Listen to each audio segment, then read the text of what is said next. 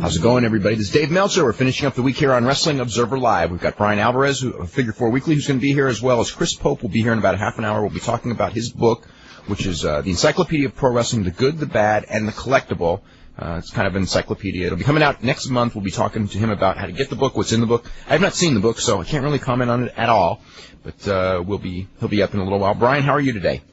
I'm doing good. That's good. Bryan, I guess we could start. We'll start with Eric Bischoff is now involved with Mat Rats, which I actually pretty much expected since when he went up to Calgary, and the connection with Jason Hervey and Mandalay Sports and everything. He's going to be the vice president. He's going to be in charge of trying to get financing, trying to make the business deals, which is actually something he's good at. Creative. I don't even really know if booking actually fits into this thing. You know, the one thing with the Mat Rats is the booking could be really stupid and it probably won't hurt it, and it could be really smart and it probably won't help it because it's being marketed to teenage girls. I don't know. I don't know what to say about it. Actually, we should probably talk to Eric Bischoff about it at some point. But anyway, that's the big announcement by Eric Bischoff. I don't know if if he said anything about it, but I mean, they released it yesterday, the Mat Rats people, that he's going to be doing that. Any comments on that? I just hope the thing flies. I mean, you know, we've talked about the downsides to it, just the fact that the audience that it's marketed towards is an audience that I don't know if it can really help the thing, you know, get huge or anything like that. But, you know, it's something new. It's like you were talking about earlier. I don't think the booking is such a big deal because the whole thing is based around all the high flying and everything like that. And I think that if it's an audience that wants to just see the high flying, they're not going to care so much about the soap opera. Plus, with WWF, you know, there's a lot of people that are just pretty much plain sick of soap operas. So I guess we'll see what happens, and if Bischoff's behind it and Mandelay's behind it.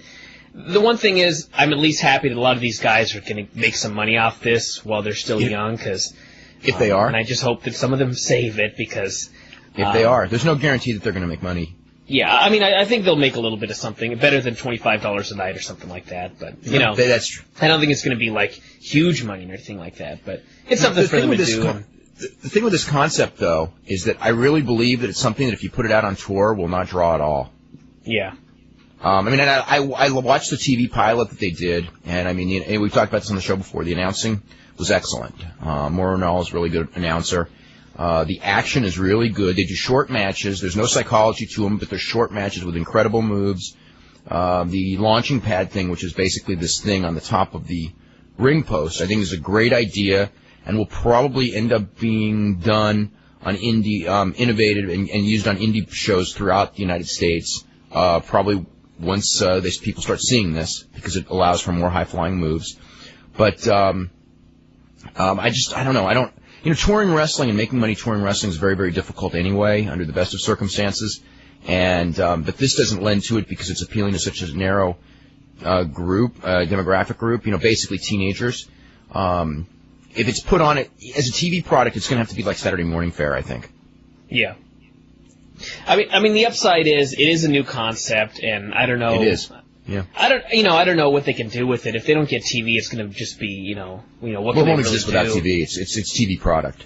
Yeah. So but these guys are young, and it's exposure for them. And the one downside is it's the whole all these guys are 21 years old and under, and they're not going to have anybody in there that can really teach them how to work. So what these guys can do now is pretty much, as far as like having an actual wrestling match, is probably about as good as they're going to get. I mean, I'm sure that the high spots can get a lot better, and I'm sure that there are going to be some high spots that are invented there that have probably never been done before. But as far as like becoming good all-around wrestlers, which is what you need to be to make it to WWF or WCW, I think it's one of the hindrances there is the fact that everyone's just so young, and that's what they're keeping it as. It's not going to be the best training ground for WWF, put it that way. Yeah. I know what you're saying there. Because the guys, that's the style that they will all learn to work is not a style that you're going to go to WWF and work. Yeah. Let's see, SmackDown, I guess we could talk about that. SmackDown did a 4.2 rating, which actually is pretty decent considering pretty tough competition last night. And I don't know, I made a big mistake last night. After the show was over, I watched the EMLL video, pay-per-view from March 30th. And then I watched SmackDown, and I should have done it in the other order, because after watching that pay-per-view, and, you know, the emotion in it, and I just, like, enjoyed every single match, I watched SmackDown, and it was just like, I mean, I didn't hate anything. Well, I take that back. I didn't there were a couple much. pretty horrible things on that show. China. I didn't think the main event was anywhere near as bad as I kind of expected it to be. I mean, at least they got heat on Kane for a while, but the one thing I hated was, the reason they got heat on him was because he had been injured earlier and he had one arm, and he's making his comeback with one arm. He's beating up the tag champs with one arm, and of course they did the deal at the end where everyone's brawling outside and Undertaker pinned Christian, and it wasn't as bad as I thought it was going to be with Undertaker just, destroying them both and pinning them clean, but he did pin him clean, but I think overall it was a little bit better than I expected. It was still 5 on 2. It on wasn't a burial. How about that? No, it wasn't a burial, but it was still 5 on 2, and, the key heels in that thing were not Edge and Christian, but Austin and Triple H. And, Rhino just got, Rhino did the run, and he got laid out, although he got the hardcore title earlier in that fluke, thing in early Which in the was show. a total fluke. He just got squashed. Yeah. And I thought the match itself was better than I expected it to be. Although Undertaker, there was one segment, it would have been in the early part of the show, where Undertaker was brawling with Edge and Christian over the rail, where he just looked so old. Yeah. And when this was, when the hardcore title situation thing, China was very weird, and I think that they're booking her to get her not over right now. They got to be booking her to be a heel. It will look like subtle heel, but an interesting heel though. Like kind of cocky that it all went to her head and stuff. Which especially when they do that Molly Holly interview first, where she's trying for all the world to be the cutest person in the entire world, and they immediately cut to China. Golly gosh, Molly Holly. This creature looking in the mirror. Oh my God. Yeah. The thing on Monday night on Raw, they had, I think it was Monday night on Raw. It was the weirdest thing because they had, like, Molly Holly was in there, and there's this woman holding up this sign that says Molly is a hottie, and I'm just going, and they, flash right on it, and I go, this is a little bit too weird for me this week. What are you going to do? I don't know. I don't know what else to say about that. I thought the WCW thing, I think that one of the problems among many with WCW is WCW has a very negative image. Yes. And John Muse was actually the one on this show who really, way before they went out of business, pretty much explained it really, really well as far as like the name brand WCW has always come up short in every single situation. It's always been made to be the fool's promotion. And to me last night, when I saw Vince and Shane there, Vince so totally overpowered Shane as far as in the scene. I mean, Shane... and then, I'm not talking about the outsmarting storyline scripting, but throwing that in as well, you have this thing where WCW just looked like it was being run by, just another clod that Vince is going to manipulate around pretty easily. Yeah. And I don't think that's the way that they should be presenting the WCW brand right now because, unfortunately, it already has a negative image. Yeah, that name just being mentioned still gets that violently negative reaction on TV. And even though Shane's supposed to be a babyface, every time they mention WCW, there's like, everyone boos and they're angry to hear the name, and I don't know. I felt bad for Big Show last night, because here's this guy coming out, and I know he probably brings a lot of it on himself by not getting in better shape, but he comes out, Vince rails on him as like the biggest disappointment in the history of the World Wrestling Federation. And he believes it too. Oh yeah. And then they go to the guy so much. Of Vince showing, from a year ago, Shane making fun of Big Show for about 3 straight minutes, just clip after clip after clip. And at the end you just realize what a goof this Big Show is. And then, of course, he turns on Shane McMahon, and we get a match between the two, which I cannot possibly look forward to. But I just kind of felt sorry for the guy. It's like, hey, you're getting buried by Vince, you're getting buried by Shane, getting buried because you're fat. Oh, well. I guess there's a lesson to be learned there. Yeah.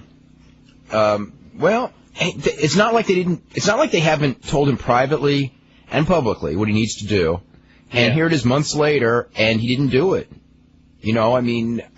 I can't feel sorry for him. If he had gotten, I could feel sorry for Mark Henry, okay? And Mark Henry probably, ability-wise, does not deserve, from a wrestling ability standpoint, to be in the WWF. There's so many guys that are better.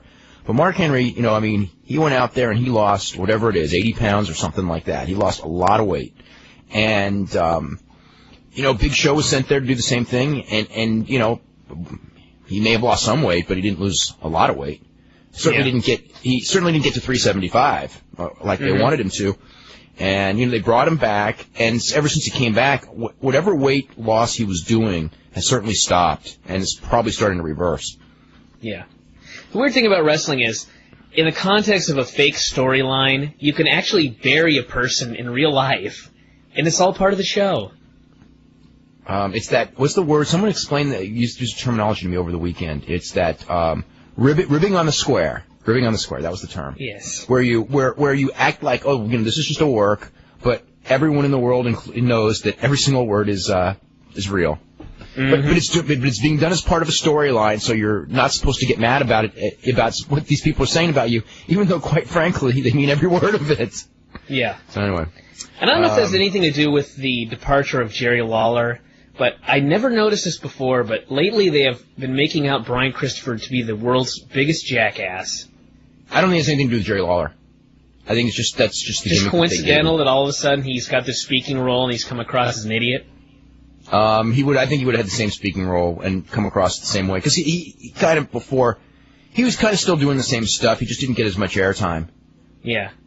And I personally don't think it has anything to do with Lawler. In fact, I think if anything, he's getting more airtime because of Lawler to try to show that.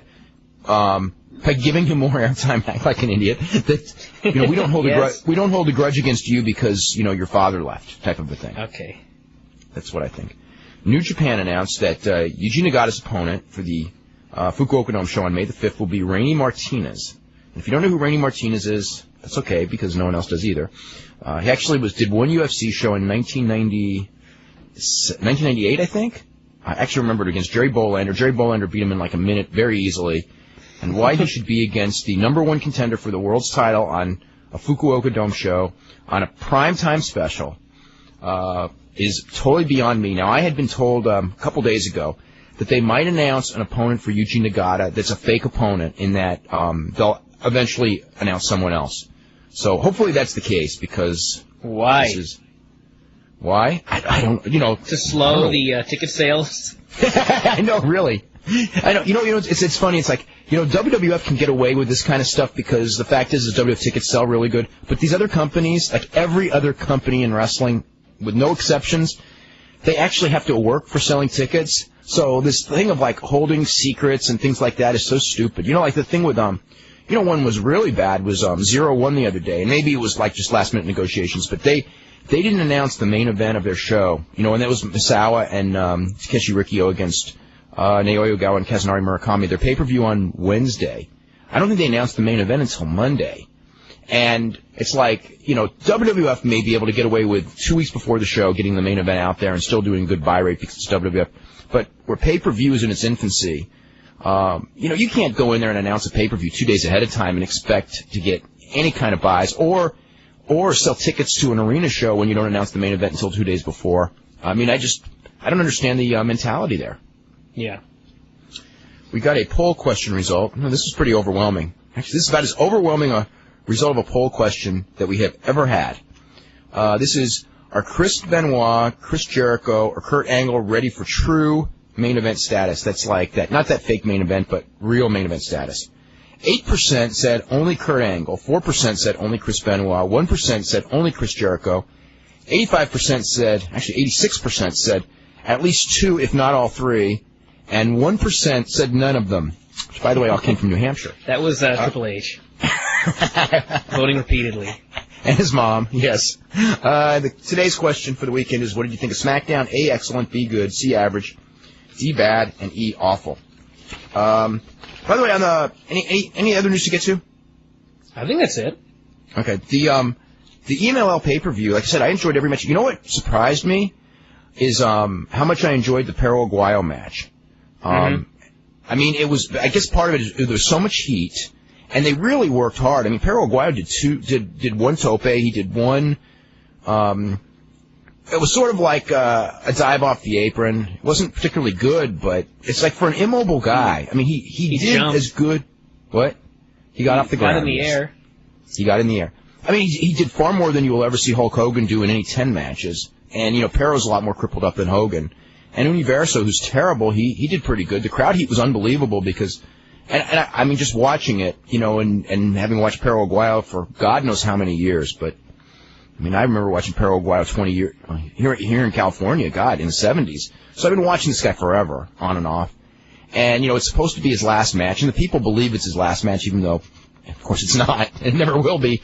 But watching this guy get his head knocked out, head shaved, and watching this crowd reaction, I mean, it was really, like, they had some really good matches on the undercard, and the main event, from an emotional standpoint, blew them all away. But the match for the Infernale's name, that was really good. Some of those guys, Rencor Latino's really good. Mr. Niebla's great. Shocker, great workers. Just so many great workers there.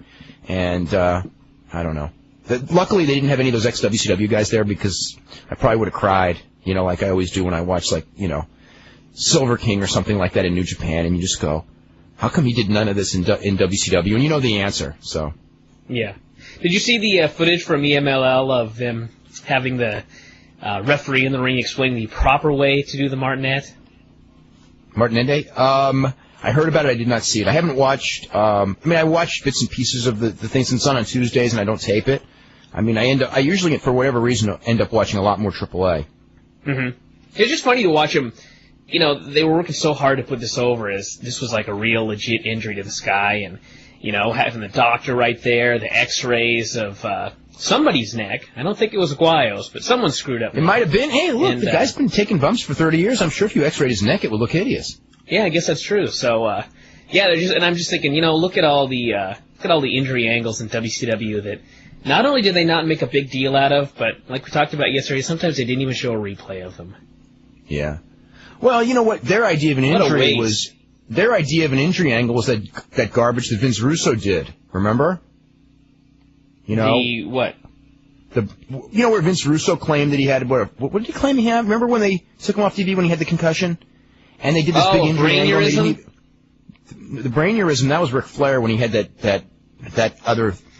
That's another story. Oh yes, his heart attack or whatever the hell he had. No. The inner ear imbalance. The unbalanced ear, right, when he fell down, and then his pulse was racing and everything. Yeah. No, this was the one after that when Vince Russo got taken off TV, and they did that skit. And remember they had like brain surgery or something. They tried to act like yeah. Oh God. Oh. No, that's why. That is why. There's your answer right there. Last night, and I know that you already know this, okay, Bryan, but last night it was a letter, or was it a letter or was it a booking idea that somebody mailed me that I emailed to you, and I started reading this thing, and it just, the light bulb flashed, and it was like, Vince Russo ruined wrestling. I mean, he really did. This is the plan as of this morning as far as WCW goes, and it will probably change. I did this. This is so funny. I mean, I did this, like, detailed article in the Observer on Tuesday on where WCW was, talked to everyone over the weekend, status of different people, the whole bit, right? So mailed out on Wednesday, and when it's mailed out on Wednesday, it's actually accurate. And by the time everyone gets it, it's all changed again. I mean, but anyway, what happened was the decision has been made now, and this could change again, to do the TV tapings on Wednesdays as opposed to Saturdays. They've canceled all of the dates. There actually are no Wednesdays booked yet. They would like to start in mid-June, but it could be in July. And basically, I talked to Vince McMahon's office, and they said that, the reason that we're not more specific is because Vince is not specific. I mean, it's like, it's all being decided. Nothing is decided. Nothing is for sure. The 11 to 1 time slot on TNN on Saturday night is likely, but it's also not for sure. They don't have a start date officially. Jim Ross is down in Atlanta meeting with various people about stuff. But anyway, the situation is that the production people, I guess, were very, very unhappy, and I guess it's a lot better for the fans. It's a lot better financially to run these tapings on Saturday nights because, one, you probably will draw more people to a show on a Saturday night than on a Wednesday. Wednesday's a very tough night to draw, especially for just a product like Monday like used to be. If you have a hot product, it'll draw no matter what, and if you have a cold product, it's not going to draw on a Saturday. That's true, but all things being equal, Saturday is easier. Okay, especially for something like this. Also, it would be, if it's taped on a Saturday, it's kind of, it's more immediate, although I don't think that's really a big factor for television at all. The fact that, I don't think SmackDown's ratings go up or down based on the fact that it's live or taped, because when Raw used to be taped, the ratings on the tape shows actually were higher than the live shows, so that doesn't really matter. But, and also it's cheaper because if you're flying people in for one show, you get the Saturday night stay over, and it's just a lot cheaper. However, the production people who are going to handle the show that work for WWF, Saturday is like the only day they really have off because Sunday they got to do Heat, Monday they got to do Raw, Tuesday they got to do SmackDown, and the idea of then during the week they got to prepare for all these shows. So really, those people, the only day that a lot of them had for their families was Saturday, and they were very, very unhappy about losing their Saturday nights, which I can imagine. I actually talked to some people during the week about the idea of if you're a wrestler, it's no big deal because wrestlers always work Saturday nights, but the people who aren't wrestlers who were realizing that if they work in production, it was actually production jobs for that show, that they would never have another Saturday night. And, if you're married, that could be bad. But anyway, it's going to be on Wednesday as of this moment. On Monday, it may be back to Saturday. So that's where it all stands. And start date, there is no start date officially, but timetable, like we said, sometime in June or July is what the hopeful timetable is. And that actually, I would suspect, would be finalized by the middle of the week. Let's see. What else do we have here? Is Simon Diamond's WWF developmental deal confirmed yet? Simon Diamond started this week for Memphis Championship Wrestling. He was told, and Dawn Marie went there with him, they were told that if they went down there, there's a good chance they would get a developmental deal. I don't believe they've actually signed one yet, but I think there's a good shot that they will get one. Let's see. Is Murray Hopper, who was just released, Bo or jacked up?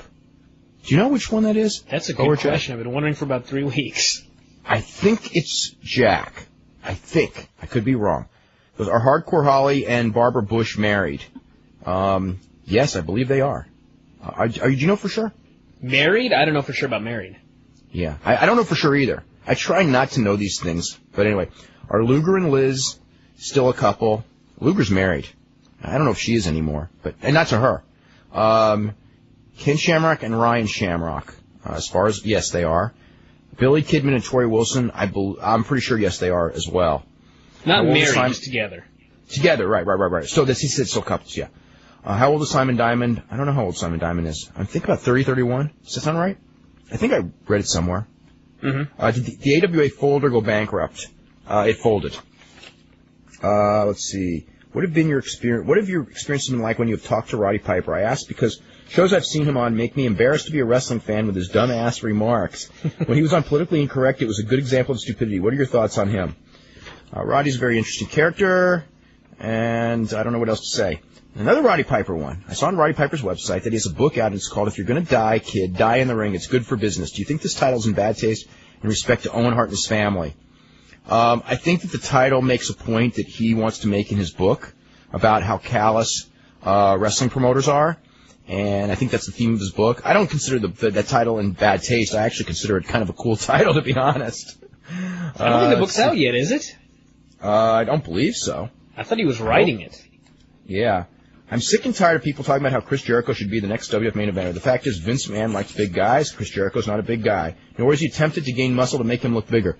He has definitely attempted to gain muscle to make him look bigger. If you want him to gain any more muscle, do you want him to get cancer? Come on, don't say stupid things like that. He's not a big guy. He's not naturally a big guy. He's not unnaturally a big guy. He's just not going to be tall. But don't knock. I hate it when people knock.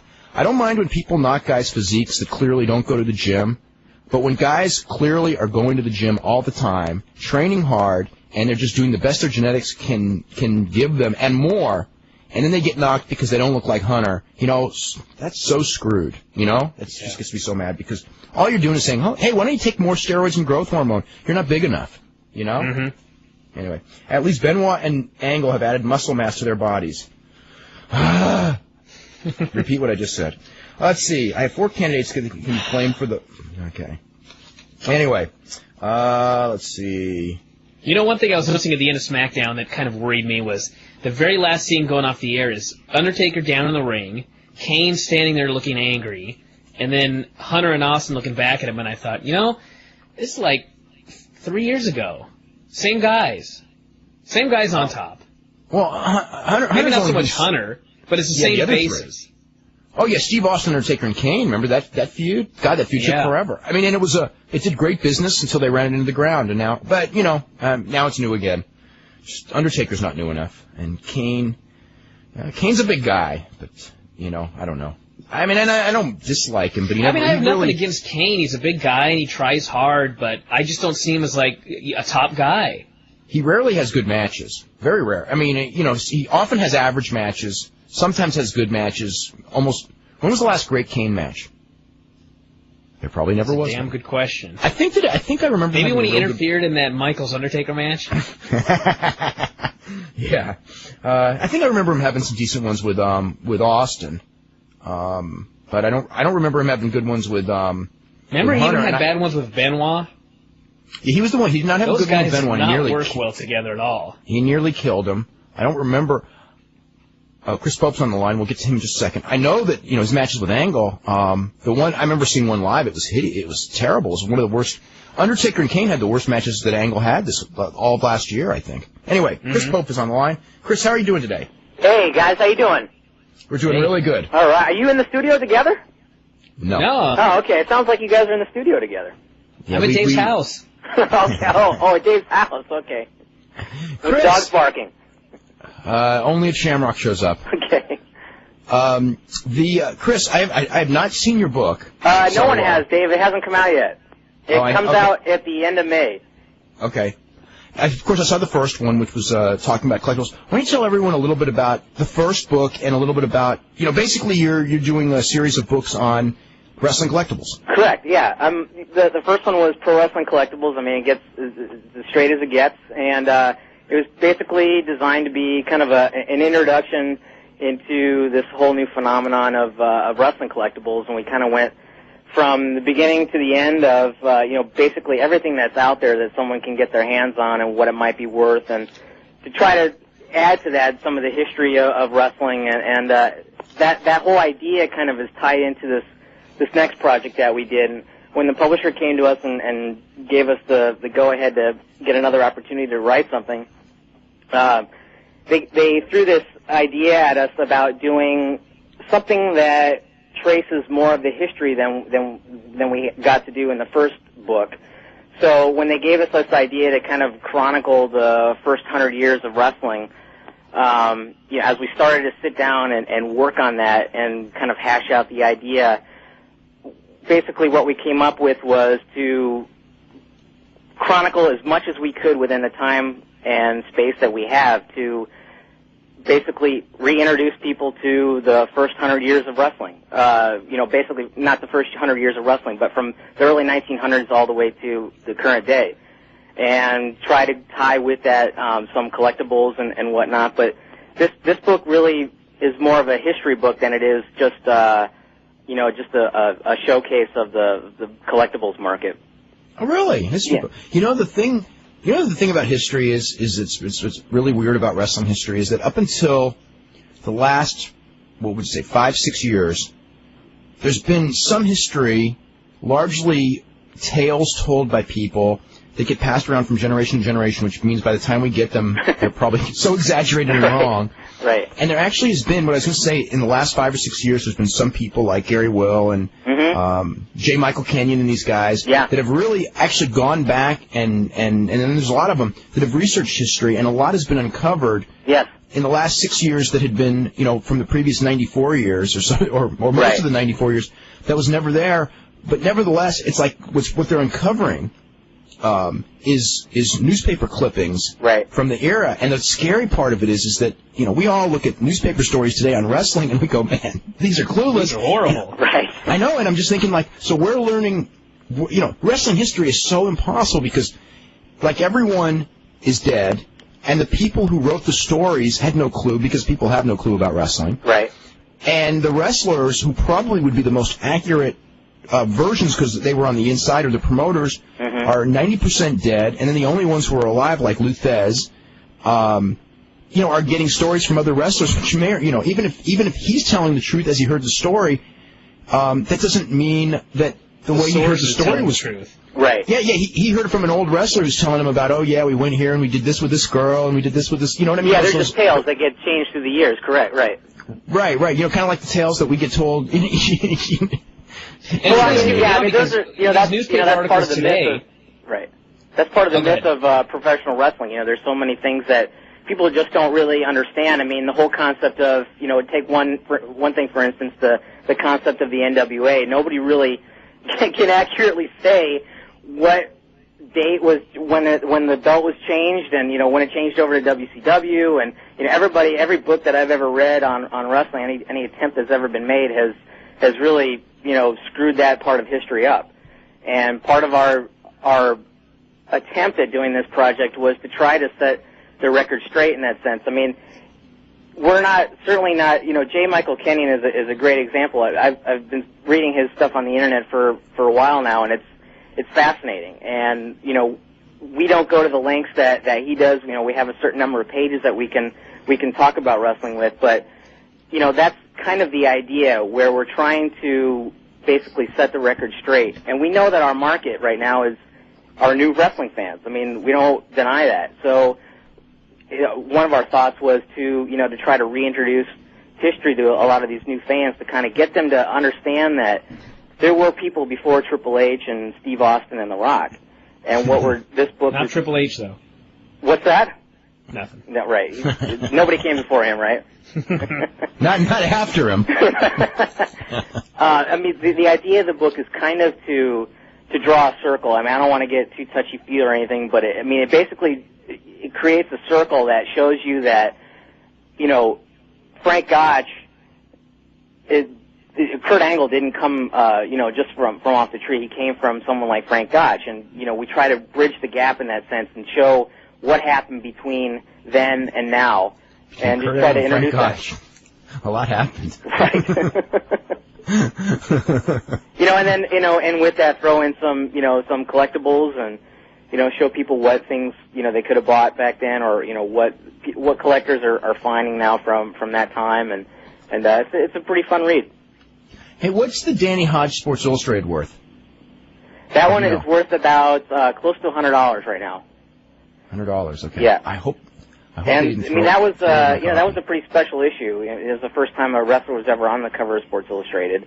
Since then they've had Hogan made the cover in the early '80s, and for diehard collectors, those two covers, really kind of cemented in people's minds the legitimacy of wrestling, and for a long time wrestling was kind of a cult thing and never really got any mainstream publicity, but when a mainstream magazine like Sports Illustrated kind of legitimizes your hobby or your sport by putting someone from that sport on their cover, that's why it has become such a popular item. How recent are the latest collectibles? Is it like up through the late 90s, or? Pardon me? When does something become collectible? Well, I mean, generally a rule of thumb in any collecting, and not just wrestling collecting, but in any type of hobbies, collecting, whatnot, really anything less than 10 years old is just speculative, and you really can't pinpoint what something would be worth until at least 10 years expire. So right now you're seeing a pretty hot market on eBay and these online auction sites for things like the early action figures that the WWF and the AWA released in the early 80s.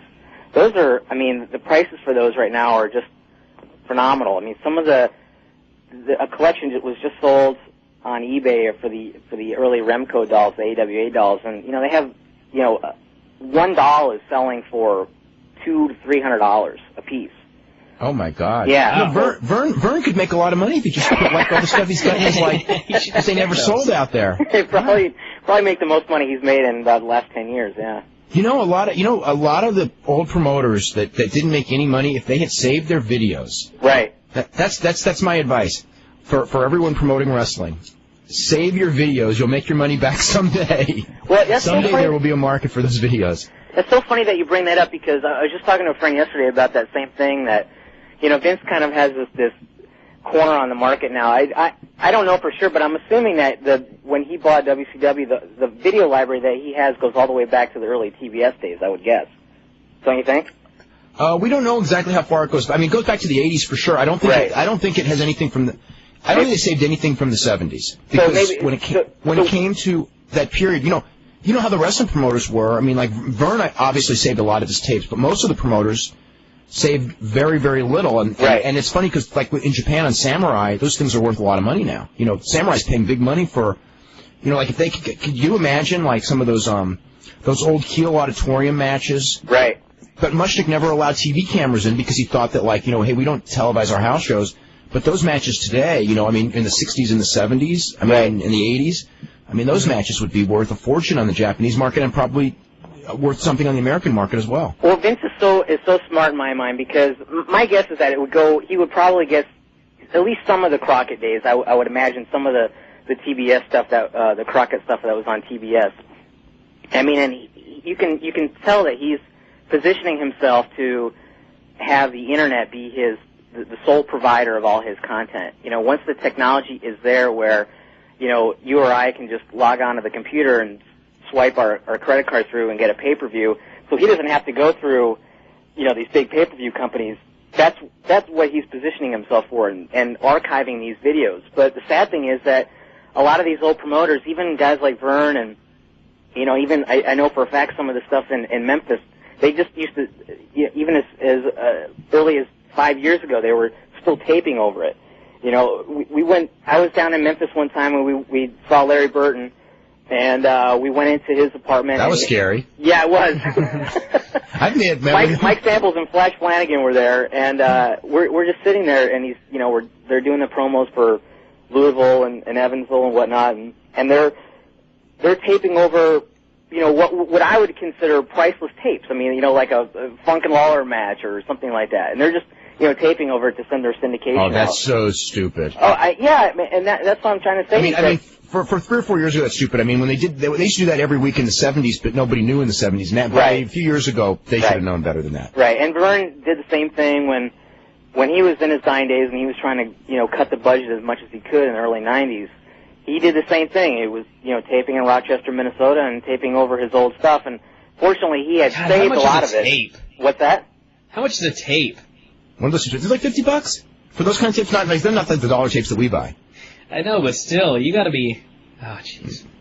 Yeah, you know, unfortunately, he's got a lot of his stuff, and, you know, some of the AWA materials, they're re-airing it on satellite right now. But, you know, there's so much stuff out there that, you know, if you think about, you know, old LA territory or where you are, Dave, and you know, Portland, there's almost no old San Francisco tapes. I'm sure Don Owens didn't save any of those Oregon tapes of like, you know, Roddy Piper and Buddy Rose, which, you know, I mean, I don't know if there'd be a huge market for it, but someday. Well, I certainly think there'd be a market where they can make some money at it. I mean, someday there'd be something where you can make money. Yeah. Let's see. By the way, just look at the differences with Vern taping over videotapes while WCW losing $60 million, destroying $50,000 video cameras. Not a lot of foresight there. As usual, there should be something like a happy medium, right? Mm-hmm. Yeah. I mean, we go from the penny pinching days of, they can wrestling. Destroy a videotape instead. At least when Vince does it, you know, he saved, like when they destroyed that Corvette, at least he saved it and put it in his museum or, you know, whatever he used all that for the museum. Yeah, but okay. Like the access deal. Okay, here's the thing. Vince McMahon last year made $87 million in profits. This year he's not going to make nearly as much, although if he didn't have the XFL, he'd actually made more. Mm-hmm. But Vince McMahon still this year will make, $29 million in profit. Okay? Right. So whatever he does, if he wants to throw money away and he still makes $29 million in profit, then that's cool. Yeah. Somebody who's losing $60 million to be bashing up cars for 1 second of airtime, you know, that's just plain dumb. Well, they were still living in the time where they were still living like they were making money hand over fist. You know, they still believed that they were the promotion that that had the NWO and they could basically do whatever they wanted each week. And unfortunately, their bank book wasn't showing that. There would be a time if, I was running the company where they were going you're starting to lose money. I would start thinking, okay, let's try to preserve the bottom line while not gutting the product itself. Mm-hmm. Instead, they gutted the product itself while wasted money on these ridiculous things that meant nothing. Right. They thought that fans, a brief glimpse of dropping a car, is more valuable than a wrestler's contract. And they made those decisions because they cut guys because they needed them, It's Shock whatever. TV.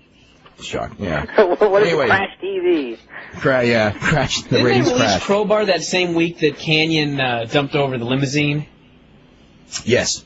We should have brought that up yesterday. I totally forgot about that. Yeah, we did bring it up when it happened. Many times. I want to mention real quick that you can pre-order Chris's book, Eddie Yada. You can click on the shopping link on the media player, so you guys can pre-order the book. Let's see, this is from Jim, who goes, do the writers who do TV actually write out a screenplay for each show, or do they come up with some basic outlines that they tell the wrestlers? I mean, they basically write a script, you know. I mean, it's not necessarily word for word. I mean, WCW was word for word on the interviews, which is why the interviews sounded like bad acting. With WWF, I mean, the guys who are good wrestlers are pretty much, you know, like, you know, guys who are good talkers. I mean, they're pretty much given, okay, these are the bullet points, and they frame them the way they do it. It's not scripted word for word what you're going to say, but you kind of go over it. But I mean, as far as, you know, it's pretty detailed. See, that's what you need to do. Charge too. Russo was more of the read this exactly word for word, whereas probably Bischoff is just like go talk. Yeah. Right. Yeah. See, I mean, you know, in scripting guys word for word, that's such a mistake. I mean, part of the mystique of wrestling is let these guys, you know, do things off the cuff and, you know, do what comes naturally. I mean, you don't nurture that person's character when you're telling him exactly word for word what he's got to say. You know, the idea behind developing a character is to make this guy believe who he is, and, you know, then that person can add his own personality to it. Mm-hmm. You know, I mean, that's like, you know, look at Steve Austin or Triple H or The Rock. I mean, I would not guess that their promos are done word for word. They're allowed to, you know, add their own personality into it, and that's what makes them so special. Okay, is it possible that sometime during the Shane McMahon Big Show match that Booker T could show up and help Shane? It's possible, but highly unlikely. We require Booker T to make 2 deals within a week, which is possible. Yeah. It's possible that could happen, but the odds are against it. I mean, the odds as of a week ago were against Booker T even being ready by June. So being ready by April 29th is going to really push it, but it's not impossible.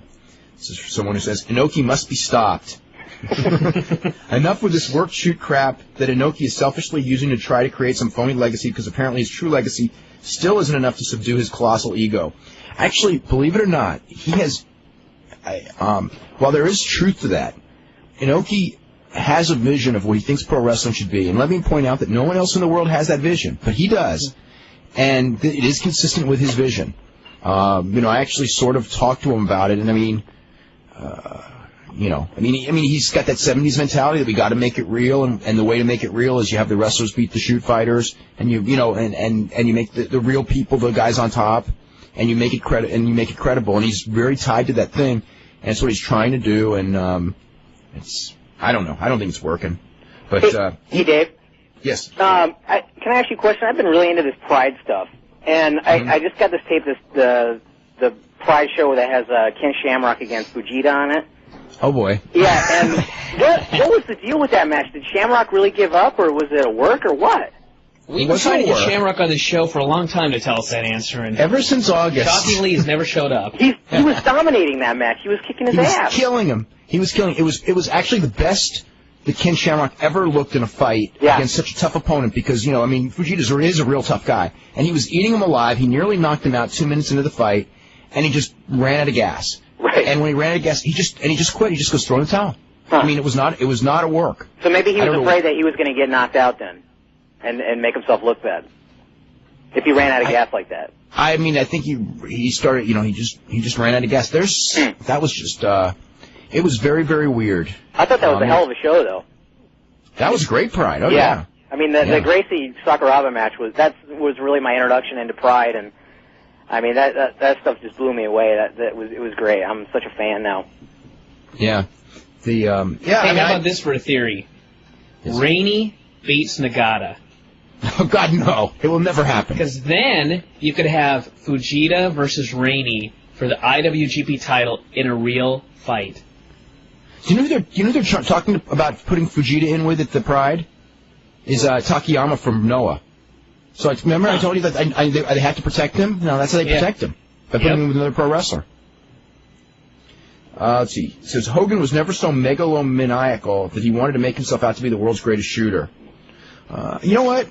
I think he did want to. It's just that it just was too silly. He had no opportunity. No, but when Hulk Hogan, I mean, I remember him on Jay Leno once, and this was during that period when he had quit the WWF.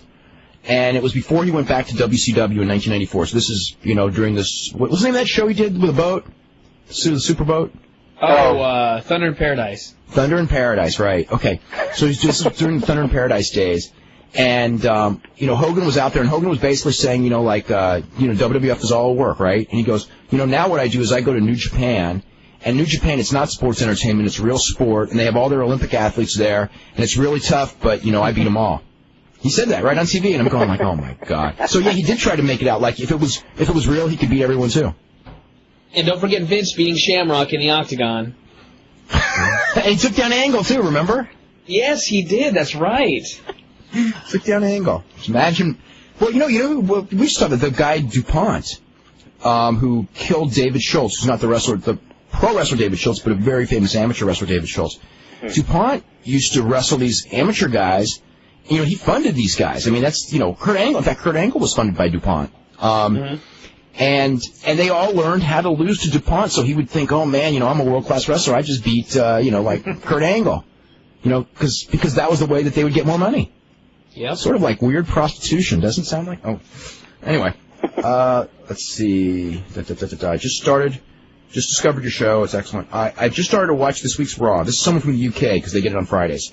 It really makes me wonder if the writers can keep a decent standard of work with the launch of WCW. So far tonight, I have serious doubts. I hope SmackDown's better. Actually, I thought Raw was pretty darn good until the last match.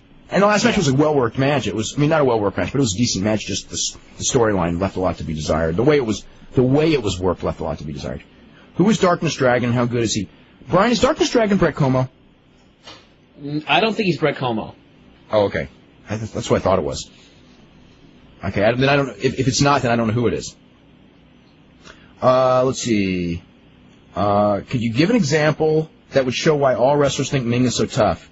Didn't he pull Jesse Barr's eye out? Maybe it is Brett Como. Okay. Someone can email in. Yeah. He pulled Jesse Barr's eye out. He bit somebody's nose off. What else has he done? I remember there was a time in Illinois where the wrestlers, they were at some bar, all the WWF wrestlers, and it got out of control. There was a big fight, and all of them were fighting. And then these cops came in, and the cops were like, tying up all the wrestlers, and there was and everything. And then these cops came after poor Ming, and it was they hit all of these cops, and he's just throwing them one after the other all over the room. You know what I mean? So Ming, he was a tough guy. I mean, I don't know that he could go in the Octagon and beat Mark Coleman, but he's a tough guy. That kind of happens less and less now, doesn't it? Where wrestlers are legitimately getting into trouble outside the matches. I think there's two reasons for it. I think number one is the wrestlers don't have the mentality. I think that the wrestlers don't have the mentality that they have to protect the business, which in the old days, that was clearly how you were indoctrinated. If someone starts a fight with you, you better beat them up and beat them up bad, or else you're exposing the business. Right. And then also, I think that the fans don't look at wrestlers in the same way, because it's like a drunk guy would go, oh, I'm going to beat up one of these phony TV wrestlers. And I think that now people I think that they're such big stars that those same people would go, oh, please sign my autograph, rather than I'm going to go beat you up, Yeah, I think the last time that happened was when Shawn Michaels got into a fight up in. Yeah, but that was different. I think that's Shawn. I think he probably rubbed somebody the wrong way. I don't think that was an out of nowhere occurrence. You know what I mean? Right. Guys you hear more about fights and this behavior in WCW because they had nobody that would do anything more than suspend them over 4th of July weekend with pay. Whereas in WWF, if you get in a big fight or beat someone up and it's all over the newspapers, you're screwed. Yeah, true. Yeah. I think the guys have so much more to lose now, like you're saying, Bryan. They have so much to lose that it's not worth it. Yeah. Just stay away. They probably don't even have time to go out after the matches, I would think. No, they still do. But I wasn't say, it still happens though. You know what? Because remember, there was that guy at Nassau that tried to pick a fight with the Giant. Mm-hmm. Paul White. Yeah. And there was that was WCW though, right? When he was in WCW, no, but Shamrock when he was in WWF, somebody tried to do something there, and but he ended up getting sued. So I think a lot of the other wrestlers also is in the old days. I think that if a wrestler was challenged to a fight, they would salivate, look for the opportunity to pull the guy's eye out. You know what I mean? Now because of lawsuits, Scott Steiner. But that's Scott Steiner with Paige. It's different. Steiner. Okay. He's doing it with other wrestlers. Although Scott Steiner, remember the Scott Steiner bar thing? He was at some bar and it was getting out of control. and Scott Steiner like beat a whole bunch of guys up. So, but yeah, I mean, it used to be a regular occurrence where guys like Harley Race or Larry the Dutch X Mantel would every night that they would go out, someone would be looking for a fight, especially down south. Yeah, Dick the Bruiser. I mean, Dick the Bruiser probably had 1 million of those kind of fights. Probably, yeah. Yeah. See, I mean, it's hard to compare the legitimacy of your toughness. When you're comparing a guy like Meng, who is a tough guy, but when you compare that to Dick or Harley, guys who were had to fight every night when you go out for a beer, And that's tough. I mean, I remember was it Brody? Saying that when he was. He used to get into a lot of those fights, and then when he got older, he realized that you accomplished nothing. And then when a guy would challenge him to a fight, as he got smarter, and go oh, you're not so tough, I could beat you up, and he would, his reaction always was, you probably could. Here, let me buy you a beer. And now there was never a fight. That's classic. This is probably a smart way to do it, but when he was younger, or if somebody said that to Dick the Bruiser, you know what I mean? Goes, right. I'm tougher than you, and it's just oh no. There we go again. Let's go to Ed in Texas. Ed, what's going on? Yeah, Dave, what I'd like to talk about, since we're talking a little bit about history, is I want to ask about some certain legends in wrestling, and I would like for you to tell me if they're legends because they were that good or is because they were promoted that way. And some of the legends would be from Japan would be Ricky Dozan, Inoki, and Baba. Okay, well they all own their companies. So I mean, if you're wondering, Ricky Dozan was a tough guy. But as far as by today's standards, none of the guys in the 50s by today's standards would be great workers. The workers evolved so much. But in the 50s, a lot of the top guys kind of got their spot because they were tough. And I don't know, that Ricky Dozan was a pretty tough guy. I mean, as far as... But what exactly do you mean by legend? Well, like those three names, they're Ricky the names Dozan, when you think of Japan, those are the names that you think those of. are the three biggest names of all time. Yeah. Ricky Dozan, Inoki, and Bob. What? Are you talking about, for example, a WWF Hall of Fame, there are guys in there that they consider legends that really aren't? Yeah, that's what I'm talking about. Okay. Well, those three are definitely John, isn't Johnny Rodz in the Hall of Fame and he was just a preliminary guy? Yeah. Yeah. So, but if you're talking about that, but as far as Baba and Inoki and Ricky Dozan were super, draws and legends and all that. But as far as, great technical wrestlers, Inoki, no, it was not nearly as good as his legend. Baba obviously was nowhere near as good as his legend, and obviously neither was Ricky Dozan. Okay. Few of them were. If you're comparing them to say Ric Flair, no, not at all. Okay. Yeah, because before, when people would talk about Inoki, I would always think that, he was probably the greatest Japanese wrestler until I started listening to your show. And then I found out that, he wasn't. Not in the ring. Legend-wise, him and Ricky Dozan and Baba, certainly stand up. As far as cultural names, that'd be like Hulk Hogan in our country. Yeah. But to a much greater degree. It would be really unfair to, when people say they would be closer to Hogan than say Luthez.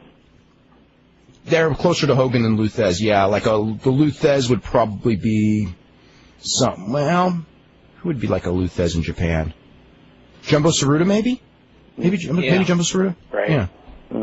And also, let me switch over to Mexico. How about, what are your opinions on Mil Máscaras and El Santo?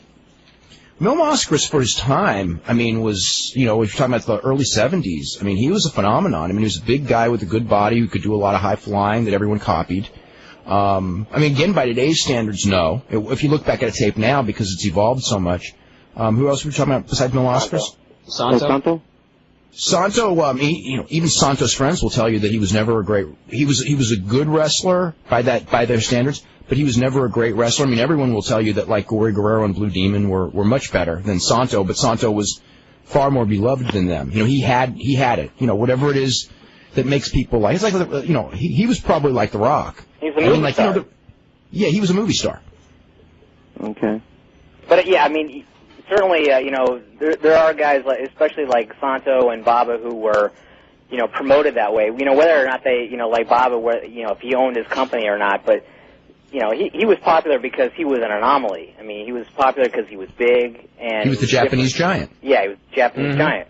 He was a giant in a country of small people, and who was a baseball star, not a star, but a baseball player, that's what he got. And Santo and Baba are probably, wouldn't you say they're probably the two most loved wrestlers, I would think, of all time?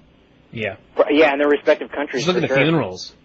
Yeah, I mean, like, Ricky Dozan maybe. I mean, because Inoki was bigger than Baba, but Baba was much more loved than Inoki. Inoki's more revered like a god, but Baba was really loved by the people. And Santo, I think, was probably more loved by the people than any wrestler ever. I would think no one ever came close to him. But a guy like Luthez probably deserves to, stand alone, and he deserves that acclaim as, being a legend. Don't you think? I mean, of course he does, just for his longevity, and also, he went everywhere. I mean, he was a legend, and everywhere. Like he was a star in Mexico. He was in Japan. I mean, Luthez, Ricky Dozan. To this day in Japan, everyone knows Luthez. Right. Mm-hmm. So and he went, England, everywhere. Let me get to a couple emails, and we'll get right to the phone calls right after this. This is from Harry Simon, who goes, not to be morbid or anything, but I just realized that today is 2 years ago to the day that Rick Rude passed away. For my money, Rick Rude was the greatest wrestler to have never won a world title. So that title that he held doesn't count? Remember that one? Yeah, sure, the international title. That was not a world title that year? Right, I guess it wasn't. It was. WCW. Oh, it wasn't because... Okay, when he... Because of the deal with the Japan. NWA wouldn't approve it. The NWA wouldn't approve it, so WCW had to change it to International World Title. Right. Because instead of NWA. So, but when Rick Rude, they sort of called it a world title. It was the world title. I mean, I don't think anybody really disputes that. It just had a different name. Okay. Well then he wouldn't be. Because who if not, who would you think would be the greatest wrestler who never won the world title? When I was a kid, they used to always say that about Johnny Valentine. And Johnny Valentine was obviously a star for far, far longer than Rick Rude ever was, but, it's hard to compare eras. I mean, the thing about Rick Rude was at the time, he was the company's main man and had the strap. So, it's kind of hard to dispute that, just because the name was different, that he wasn't really the world title. But they had another world title in the company at the time, too. Because there were two of them, and they were building up to the unification, which ended up being a Hogan-Flair match. It was a Flair-Sting match that Flair won, and then the Flair is unified, then lost it to Hogan in '94. That's what it was. I mean, I would sort of say Benoit, but I know he held that title for a day. Remember he had it? So. Yeah. I don't know. I don't know if he'll ever get a chance to hold another world title. Hard to say. Hard to say. It is. It's from Mike Johnson, who goes, I hate dumbass guys that write in and talk about people like Jericho. Look, Jericho works hard and deserves everything he gets, and the only reason... He mentions a whole bunch of names of big stars in wrestling. Look like they do is because they all take steroids. And I will say that every name he put on that list definitely does. Let's see. I love Crowbar. Wish you could get the current wrestlers on. Isn't there someone you could talk to about it? Yeah, right to Vince. Let's bombard him with emails. That's what we should do. That'll work. An email campaign. Yeah, well, I'll email him, and that'll make him real happy. Just like Lawler, Anyway, let's start with was it Matt in Pennsylvania? Matt, you're up first. Hey, Matt. This is I'm Dave. This is Matt from Pennsylvania. I met you back in 1996 at the Big Ass Extreme Bash. You remember the famous Mysterio Guerrera? I love that match. Falls? Were you? You know which match I'm talking about? Oh, I remember that match live. That was an awesome match. Yeah. Yeah. I was wearing the Juventud Guerrera mask. Oh, you're the Juventud Guerrera guy. I in the ring? Totally. Yeah. I can barely hear you though. I'm on a phone. Anyways, what I wanted to ask you about is I was talking about I was reading the April 6th Tijuana show with Santo and Psicosis. Yes. The problem is we read about all these things, and you were talking about tapes earlier, and do you know anybody down there taping the shows anymore? I know that there's tapes. Okay. I got a tape of it. Now, as far as how I got the tape, I couldn't tell you how I got the tape because I know who sent it to me, but I don't know how they got it. Okay. But obviously, someone is still. Is it possible? If someone at least taped that show. I mean, I don't know if Ron Rivera tapes or. Ron Rivera is working on the Nikki show, so he does not go down there very much anymore. Okay. I don't know. You can't possibly give me the name of the person that taped the show. Are they a dealer or what? Or no, it was actually a wrestler that gave me the tape, so I don't know where he got it from. I don't know what channels he went through to get it. Okay. Yeah, that's like the big problem. I really don't know any dealer that gets down there anymore or anything like that. But going over your match of the year listings, got a match for you that you might want to look out. It was from August 14th. It was a Michinoku match. It was a 6-man with Ricky Marvin, Super Dragon, Simo Nobunaga in it and everything. is an easy 5 stars, and I don't think anybody saw it. And I know a lot of times people neglect to watch Michinoku and Torimon and all that stuff, but that might be a match for like all your listeners out there to hunt for. It's on a Samurai tape or something along those lines, but I believe the date of it was August 14th. And one other thing, have you had any contacts for anybody that went to any Revolution Pro shows? The Ron Rivera shows. It's the same group that produced Blitzkrieg. I know those guys. There's a couple guys down there that are really worth mentioning. There's a kid down there, Super Dragon. He was being looked at from WCW, but... Oh, I remember that. Yeah, there were 2 other guys that WCW was going to bring into a dark match, but there is no WCW. Yeah.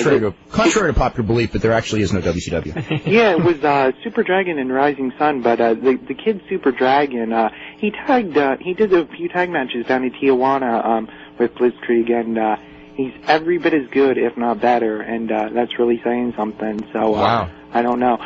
So then you just know the shows down in Tijuana are being taped, but you really... I only know that show was taped because I have a tape. I don't know that all the shows are being taped now or not. I would presume that I haven't even heard of any of Peña's shows that are down in Tijuana being taped. Okay, so I don't know.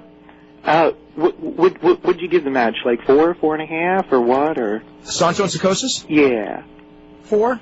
4? Not more than 4. I would not call it a match of the year by any means, but it was really, really good. It was very enjoyable match. There were matches on the EMLL pay-per-view that were better. The Infernales match was that match was awesome to me. Okay. What about Ray Hoovy? What'd you think? Ray Hoovy was very good. I mean, 3.5 maybe. Mm-hmm. Ray Hoovy was a really, really good match. It was like if they did a 10-minute match on American television, because it was very Americanized style. They didn't miss any moves, but it was 10 minutes, while the Santo match was 29.5 minutes. Yeah. So it was more of a, there's a lot more mat wrestling in the Santo match. Mm-hmm. Psicosis really did a great job in that match, though. Yeah. Or Nitro, actually. I am a really close friend of Juventud, and we speak, maybe, every other week, something along those lines and everything. There's something going on with him, maybe with Combat Zone. Really? In May or something, you reported in the Observer. I didn't report that he was going, did I? There was a line maybe about 2 weeks ago. That they were going to try to get him in. Yeah, I do remember that. Okay, do you have any possible dates or any confirmation on that? No, and I would, if it was confirmed, I would know about it. Okay. So no, but I would presume they're trying to bring him in for May 18th and 19th, because that's when they're trying to do some big junior heavyweight tournament. What's the date of that? May 19th? May 18th and 19th. May when they're trying to do the junior heavyweight tournament. Okay. Well, I asked him about it and everything, and he hadn't had everything finalized about it and everything, and I'm going to talk to him sometime next week, and he let me know, so we can hook up and hang out and stuff like that, so that's really cool and everything. So I hope he gets in here. Since the whole WCW thing fell through, you don't get a chance to see some of these guys, and you were talking tapes earlier, and I thought, well, I'll call in and see if anybody's, still after the, has any of the Tijuana shows and all that stuff. So, anyways. Okay, thanks a lot, and take care, okay? Okay, thank you very much. Yeah, Dave, they may have some luck trying to find, I think there's handhelds from Tijuana, and there's a chance that RF Video may have something like that. Yeah. So they may want to look there. Yeah, they may have a lot of those. This is for Chris, who goes, how much can I get for an original DDP shedded skin? Oh, sorry. God. I tried. There's someone who goes, is the original Sable Playboy issue worth anything? Yeah, definitely. It all depends on finding the right person, but something like that, old magazines like that, particularly a feature issue of something like Playboy probably would be in right now about the $35 to $40 range. That sounds about right, because that's what I sold my copy for. Okay. That was a used copy. Copy, brand, and I know I'm going to get killed for this, spanking new. Oh, boy. What is the estimated value of the ladder from the WrestleMania 10 Shawn Michaels Scott Hall match? That's an interesting question.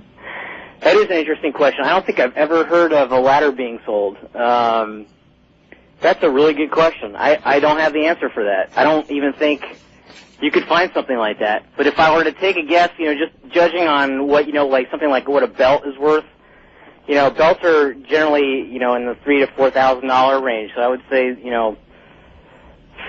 about $500 to $1,000 for a ladder, something like that. Some fan would buy that. How would you confirm that it was the actual ladder, though? Huh? It would have a seal of authenticity on it signed by Shawn Michaels, and you couldn't. There'd be a blade underneath it or something. I don't know. Maybe that's so fun. Yeah, you do this. I bet you that there's gonna be some con artists like they do at the baseball collectibles. And they're coming in with a ladder and go, this is the ladder from the tables, ladders, and chairs match at last year's WrestleMania. Well, I was just reading something. I think it was on eBay. Somebody was selling paintings or something like that. That they just they took a painting and then forged some dude's signature and auctioned it off on eBay. There's a WWF auction site that they have now that they sell a lot of ring-worn material. They actually sell steel chairs, too, from their pay-per-view shows. And those things, believe it or not, are getting like $300 to $500 in that range. Oh, God. That's why that company's making money. Yeah. Yeah. They'll make money off any idea that they have. Yeah. Let's go to Sean in Texas, which I don't think it's the famous Sean, but anyway, what's going on? Yeah, how's it going, guys? Good. Oh, pretty good. Doing all right. I had something to bring up, but he just happened to mention the Sable Playboy. Mm-hmm. Out here in Dallas, I was flying back home to Orlando, and out of nowhere, I happened to have it in my backpack. I swear, I run into Sable, right? I hand it to her to sign the Playboy, and who's with her? Mark Merrill.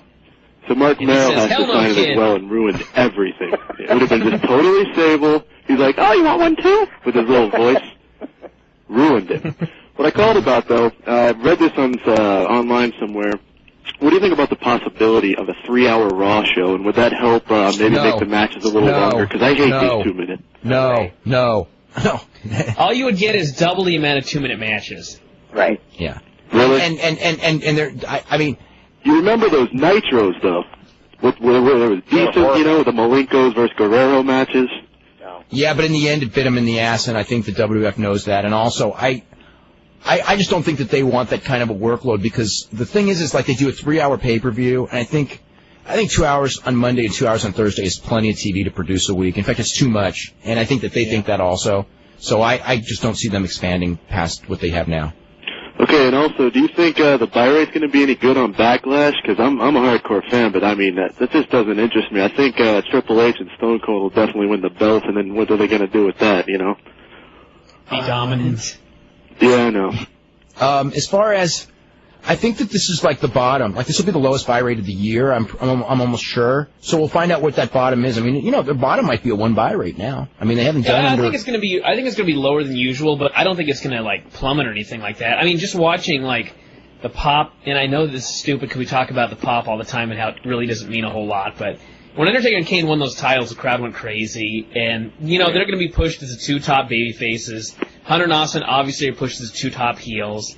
They got all the belts on the line, and I just think that people are going to end up buying it. Well, it's funny you mentioned the pop for Undertaker and Kane. Some of the hottest crowds are in Texas. I just went to that Raw the day after WrestleMania. They went absolutely berserk for Billy Gunn. Like, online, everyone hates Billy Gunn, and then I read these arena reports, and it's true. The second his music hits, they go absolutely nuts for him, even though he's horrible. I think they just like the song. I guess that's what it is. I mean, and then after a few beers, you hear something you recognize. I guess you have no choice, That's the whole thing. I think that everyone that got Eric Embry, yeah. No, I think everyone who has very recognizable music, you know what I mean. You kind of get into it. You know what I'm saying? Yeah. Yeah. Well, that's what they're dying for. I mean, I don't know what their idea with Backlash is. The premise is supposed to be, the backlash from WrestleMania. It's supposed to be a WrestleMania revenge. Remember the old WrestleMania revenge tours and stuff like that? They don't even do that. Yeah. Well, the one last thing I wanted to touch on, everyone's saying that the main event for even SummerSlam should be Austin and H. I say, why don't they draw it out some more for once, I mean, save it for next year, because, I mean, what do you forecast for WrestleMania next year? I know the storyline. Then Rock will be back. The Rock will be back? Yeah, I know, but they're not going to do Austin Rock 3, are they? Because I'm sure that's the plan right now, but a million things will happen between now and then, but, I mean, that would be the most logical match. You have the 2 biggest guys, and this time you actually have a face and a heel, and you've got a face looking for revenge. I mean, if they switch Hunter, though, that'd be a first. If they switch Hunter, if they switch Hunter by, say around the Rumble or something, if they could hold off on that, I think the payoff would be a lot better. I think there's a lot more money in Rock versus Austin than Hunter versus Austin. You don't think Triple H could be a top face, or? As long as Rock's not there, he can be the top face. If Rock's there, maybe next year will be that three-way. Yeah, or they could do the Great. I just don't see Vince doing the same main event that many years in a row. He's never had it before, That many yeah, times. but he always. Wasn't that the first repeat main event ever? No, okay, but here's the thing. He's wanted to. We've talked about this before. He's wanted to every year. It's just that circumstances always get. Rock and Austin were supposed to do it, except Austin got hurt. Brett and Shawn were supposed to do it, except they both. But you know what happened there. Almost every time he's done a successful WrestleMania. I mean, with Hogan and Andre, he repeated that on the next WrestleMania. I mean, the idea is to you are right about that, yeah. And repeat it. The only thing is that things have always gotten in the way, and it just doesn't happen. And then I had a quick question for the fact guy there. Mm-hmm. What was the real reason? And Dave, you might know this.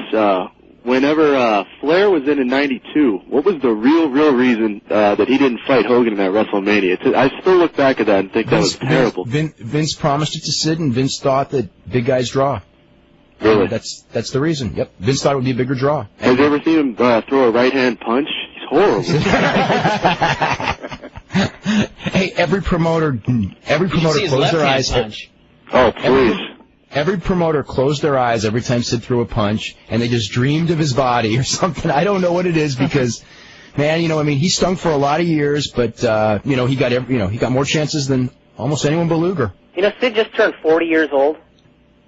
I think 40 or 41. Yeah, I think he's really a year older than they say. So I think he's 41. Okay. Because I can't imagine coming back from an injury like that at 40 years old to be productive. At least by his standards, productive. Ring person. Well, the problem with him is, I don't mean to be a jerk, but if he had been mobile before, I would agree with you. He was not. And therefore, I don't see why he couldn't come back and do the style he did before. Yeah, you know what you're saying. What makes a lot of sense is do you know that some guy like Flair, when he gets to be 50, it's kind of sad, and he's not the worker that he once was. But the Sheik and Abdullah could go until they were dead because the fact is they never did anything when they were young, so you have nothing to compare them to. That's true. Yep. We got tons of emails here and a full bank of calls, so let's get through a couple of these emails. This is from Sean, who says the Darkness Dragon of Tori Human is Brett Como, who was formerly Ultimate Dragon, as opposed to Ultimo, who feuded with Ultimo Dragon. Please explain the story in Gary Capetta's book where, in May 1990, Jim Cornette hit a 70-year-old man in the face with his tennis racket. I think the fan was hopped the rail and tried to attack Cornette, and Cornette hit him in the face with a tennis racket, as I recall. And the cops were chasing Cornette. It was, I think, in Allentown, PA, because I remember Jim Cornette calling me up just as he got outside of Allentown that very night, telling me the story. It was, anyway, a 70-year-old man hopped the rail? I don't know if he was 70, but it was an old man hopped the rail. But Cornette didn't, he came from the blind side, right? So Cornette just sees a guy coming from behind him, or kind of coming from behind him, kind of peripheral vision, and he does that natural reaction, which is just turn around, hit the guy as hard as he can with the tennis racket, and he hit him a zillion times. It was other wrestlers called it. I remember that night one of the other wrestlers told me it was like Lizzie Borden, just whatever. 50 and wax. then they, with the axe, right? So, but there were charges on Cornette, and Gary Capetta was really repulsed by it because Cornette kind of bragged about it because his feeling was once you cross the guardrail, it's your bound duty for being in the business to destroy the person that crossed the guardrail. I don't know so much if he should have been bragging about giving him the 50 wax or whatever. If you jump the guardrail, good God, you're gonna get whatever you get. Yeah, that's because that was what he was taught by Watts and everybody else, and other people were going, hey, he was a 70-year-old guy. And, when he realized he was 70. But, the one thing with Cornette is not to defend him because, Jim Cornette, obviously, everyone knows he and I have been friends forever. But he does have a temper, and he does do some very crazy things when he's mad. Like when he bashed in Casey O'Connor's car window and drove that thing in Knoxville. My God, Anyway, but when he gets going, he just gets in that frame of mind, Yeah. So anyway. I heard you talking about Harley Race on today's show. Has he ever been on your show, or do you plan on having him on? Yes, he was on the show once before. Let's see. I was listening to you talk about tough wrestlers outside the ring. The person who comes to my mind is Dynamite Kid. After reading Pure Dynamite, I was amused at his story about Hogan backing down from him after being drunk and Macho Man asking Dynamite to watch his back while the NWA wrestlers were in a bar. The stories might even be true. They probably were. On DailyRadar.com, they have a list of the 5 worst wrestling injuries of all time. They're Mick Foley's ear, Yukon Eric's ear, Mick Foley's tooth, Bob Holly's arm when Kurt Angle broke it, and Sid Vicious' leg. What are your opinion about this? There are guys who have died in the ring from wrestling injury, so a broken arm is not that big of a deal. Yeah, guys have lost their eyes. His tooth guys have fell out. broken. That's one of the top 5.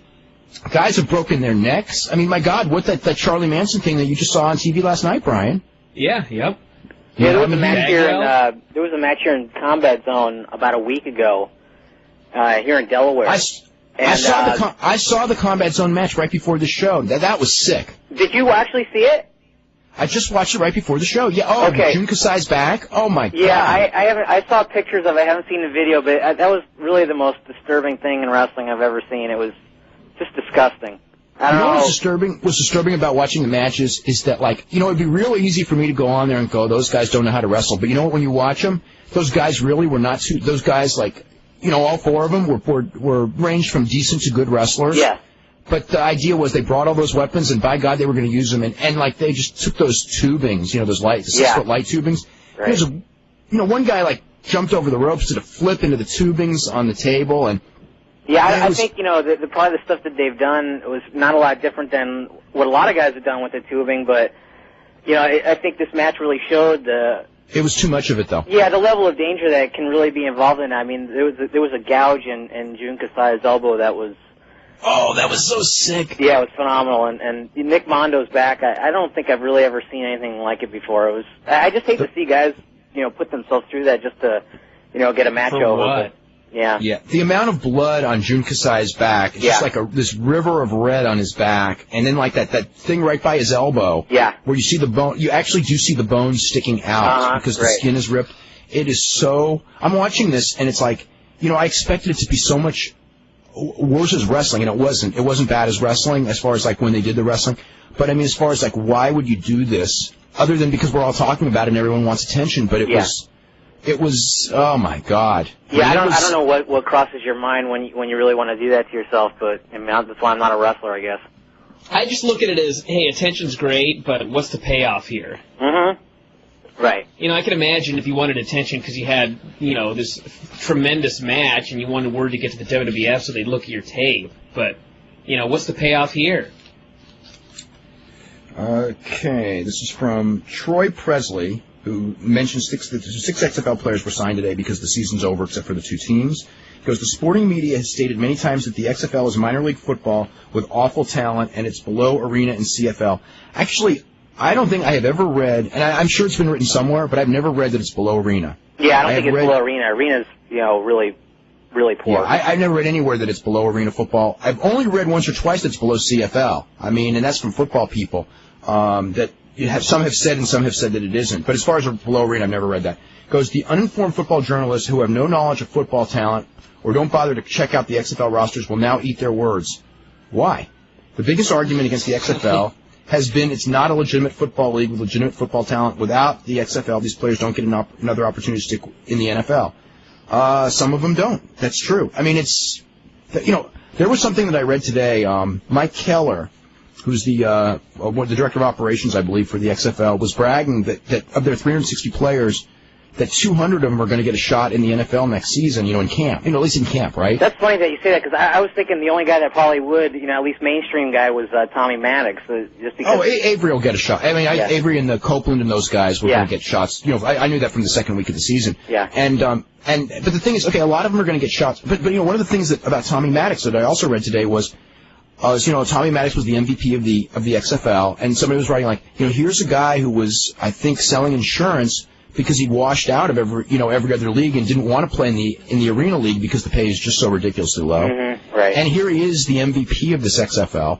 But I mean, the thing that he was the number 1 draft pick. I mean, the guy was the number 1 draft pick at one point. Yeah. Well, there was a Heisman Trophy winner in there too. Right. Yeah. But I mean, Bryan and Avery was a high draft pick too, I think. I'm not a super big football fan, but Bryan, who knows nothing about football, and I'm not saying this to knock him because he'll admit it. I mean, we were before the season ever started. If they make any stars, the next season they're going to be playing in the NFL. They're going to be the ECW of football. That's not a knock. That's just a reality statement. That is what they're turning into. ECW doesn't exist anymore either. And I mean, Vince wants to fund it. He can keep the thing going, but that thing lost so much money this year. The one guy that actually, more than a player, the person who may go on to some other endeavor, like in the NFL, is the coach of the LA team, Al Luganville. The guy actually coached like the 3 World League titles. I mean, he's probably going to win the XFL title this year. He's never coached in the NFL, but I wouldn't really put it against anybody to bring him on as a coordinator somewhere, or maybe like an offensive line coach, something like that. Okay, this goes. I do not mean to sound naive, but do wrestlers in the WF still take steroids? Yes. Isn't there a chance of Vince going on trial again? I mean, if Vince McMahon was involved... Why is it illegal to employ somebody who takes steroids? It is not illegal to employ somebody who takes steroids. Because if it was, every coach in the NFL would be in trouble, and every head of a wrestling company would be in trouble, and every guy who ran a bodybuilding show would be in trouble. As long as you're not involved in the distribution, where the whole thing, where McMahon was put on trial, was because of the belief that he and Zahorian conspired to get all these guys on steroids. And the fact is that if certain things had happened and not happened, it could have happened, but it didn't happen. And you can't go on. You can't be convicted of something that you might have done, but you actually didn't do.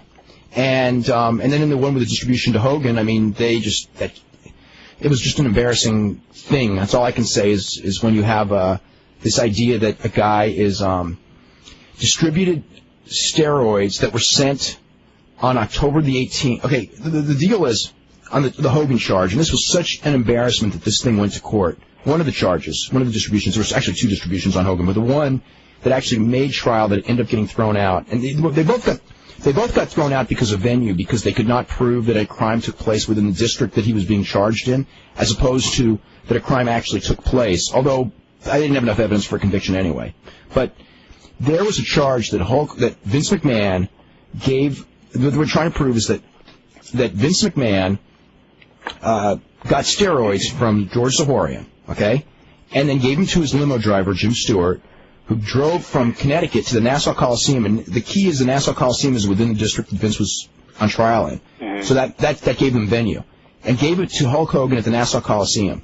Okay, now the key to this was that the show at the Nassau Coliseum that Hulk Hogan allegedly got the steroids sent by Jim Stewart to Vince McMahon took place on October the 18th, 1989. The package was sent by George Zahorian to Vince McMahon on October the 24th, 1989. And it went to trial. And that was when that happened. Boy, was that sad. How did Rick Rude get injured in his match against Sting? Sting did a dive over the top ropes. They had a platform, and Rick Rude caught him. And in falling backwards against the platform, it was like on the middle to low part of his back, and his back basically cracked as he caught Sting, and Sting went down. So that's what it was. Let's go to John in Florida. John, what's going on? Hey, Dave, I love your show, man. I really get some great information from you and Bryan. You do a really good job, man. Thanks very much. Dave? Yes. Thanks. Hello? Yes. Hey, can you hear us? Okay, yeah, I mean, I'm here. I can barely hear you guys, so I'm going to try and see if I can go with this question to your guest. I have a collectible back in '91 when we had the Royal Rumble down here in Miami. Yeah. It was a title match between between the Warrior and Slaughter. I was talking about the ladder. What would that collectible be? I happened to be sitting on the corner side of one of the entrances where the wrestlers were coming, row 1, right on the corner when they were coming into the ring. And when Savage used that scepter, the scepter bounced away. He had Sherry on the outside. It got kicked over to me, and I reached over and I grabbed the scepter. Really? Yeah. And then after when all the melee left, like Savage wanted to go grab the scepter, but because of his timing and everything, I guess it bounced away. They just left. And I thought like an attendant was going to come up and ask me, hey, we want the scepter back and everything like that. They never did, and there was an intermission after the match. So, and because I worked at that arena at one time, I found a way to slip out, throw it in my car, and then come back in without having anyone notice it. Now, it's been, more than 10 years, and if you look on the history, I guess, of the WWF title changes, although the way they're changing belts now, I mean, it's amazing. It should be like the only collectible that actually caused a title change hands that I can actually, verify that, A, I was there and, that I have the thing. How do you go about finding out the value of something like that, if there is such, such a thing? You really can't have it appraised anywhere. There's no place like that. The only way to really get an idea of what it would be worth is to, put it up on a place like eBay. My experience in finding original items, not quite like that, but along those lines, something like that would be worth quite a bit of money, actually. There would be several people out there who would be willing to have that. The hardest thing for you as a seller would be to, authenticate it. But if you could, in some way, you've got a piece of gold, really. Yeah, because and again, I can't find the ticket that I was at, but I do have the copy of the show. And certain scenes, like when Savage came to jump over a guardrail, he went running right by me as he turned with that whole skit with Sherry and the Warrior begging for a title match and everything. Right. It was the wildest thing you ever seen. Hey, Dave, you do a great show, man. I always enjoy listening to you. Have a good weekend, guys. This is from someone who goes, I've been watching Lucha Libre for about 6 months, and they have the dirtiest steroids down there. Who's the one guy with the worst acne? Scorpio Jr. Let's see. He is not the ugliest man in the world, by the way. It is Emilio Charles Jr. I did a comparison last night. He does have more acne, but there's no way he's uglier. Yeah, but his dad is uglier than Emilio. Scorpio Sr.? That's the one who was billed as the ugliest man in the world. Talking about acne, the next time you get a close-up of Crash Holly's back, you take a close look. You're going to see a lot of acne there. He's still young. He may just be going through puberty. Yeah, right. I think he's like 31 or 32. Shh. He's been around for a long time out here. Yeah. Oh, yeah. Hey, look at the back of like half those WWF guys. I remember reading about him in the early 90s, reading in The Observer about Aaron O'Grady, yeah. Maybe just be taking so many bumps on that dirty mat. Yeah, that's probably what it is. He was Johnny Pearson before he was ever Aaron O'Grady, too. Yeah. This is from Greg, who goes, I've been out of the country for a year. Now that I'm back, I want to know what happened to Jerry Lawler. Here's the quick version. They fired his wife, and in protest, he walked out, and that's the story. Let's see if there's anything else here. On the subject of legends, just to have an idea of who the Japanese love and hold in high esteem, all you have to do is look at the video game series Fire Pro Wrestling. God, people always tell me about Fire Pro Wrestling. I've seen the commercials. The commercial for Fire Pro Wrestling on TV is so awesome. I just gotta say that it's the best video game commercial. I think. Well, it was the best. The Kurt Angle one where he goes in that hotel is actually better. Yeah, that's funny. Oh, that's just a tremendous one. And then the Rock one, there was a Rock one that's really good too. But before that, the Fire Pro Wrestling was the best. Anyway, almost every release has not only had Japanese legends like Inoki Baba and Ricky Dozan, but also people like Lou Thez, Carl Gotch, Funks, Bruiser Brody, Mil Moskowitz, Terry Gordy. The past releases about Destroyer, Dusty Rhodes, Dick Murdoch, and Fritz Von Erich. The fact that all these guys are in a current video game just makes me so sad to be a wrestling fan in America, because it seems while we forget our wrestling heritage from even 6 months ago, they hold these competitors in high regard, even in a game targeted for a younger audience. I will say that Acclaim is trying to come out with a video game with the Legends of American Wrestling. I don't know that it'll do well, but that's what they're trying to do. Let's go to Joel in Georgia. Joel, what's going on? Hey, how y'all doing? Doing really good. George. Yeah, I ran across y'all's show on another website. I've been listening ever since. But I was going to call and say, y'all talking about the Ultimo Dragon? Mm-hmm. That's actually, he was saying Ultimo, it's Ultimo, which is Last Dragon in Spanish. Right. That's not what I originally called to ask. I was calling to ask about, what do you think they're going to do with that title, the one that Booker T supposedly has with the heavyweight in the U.S.? They haven't decided on anything to do with titles. They haven't decided on anything to do with titles yet. If it fits into their storyline plans, they'll keep titles on certain people, but if guys aren't signed, they're not going to sweat it, and I don't know that they're going to go in there and do a bunch of tournaments. I don't know that they're not. I mean, they're trying to lay down a front office and then find out who they got and who they don't have, and at that point, they're going to start making booking plans. So it's all premature to even. The fact that they told those guys to show up at WrestleMania with their belts means that I think that anyone who had a belt that's going to be signed will probably have it for the first show. That's not the case anymore. Really? I mean, it may turn out that way, but I mean, I actually talked to somebody about that a week ago, and they don't feel any need to continue any old storylines. They're going to start with whatever they want to do. Even the world champion? If they may not want a world champion in that group, that's been discussed as well. Really? That'd be stupid. Yeah. I mean, I don't know. I mean, if they don't have Booker T, what does it matter? So I guess he just retire that belt, or. I don't know, or they may put it in a tournament. What would everybody fight over if there's no championship? Maybe U.S. title is the main title. Again, this all has to be decided. I mean, if they sign Booker T, if they sign Booker T, I would expect that is total ego if they do that, and that's stupid. Yeah, that's with WWF, that's the real world title. Why have a title for WCW? Well, you own the company, so who cares? Yeah. Why is one title more important than the other if you own both companies? Well, we'll find out what they do. Yeah, I None appreciate of this it, has y'all. been decided yet. That's all. I appreciate it. Okay. All right, thank you. Okay, let's go to Mike. Mike, what's up? Hey, what's up, guys? Hey, Not Mike, too how much. you doing? I had a question. A few years ago at WrestleMania, they were selling a piece of the mat, and for some reason or another, I bought one. How much do you think that would go for today? I've seen those actually. Is that the one that's on a plaque? Yeah, Is it WrestleMania framed? 12, I think it was. Yeah, they've sold a couple of WrestleMania editions of where they cut the mat up and put it on a plaque and sell it. Those things are. I've seen it from anywhere between 125 to 150.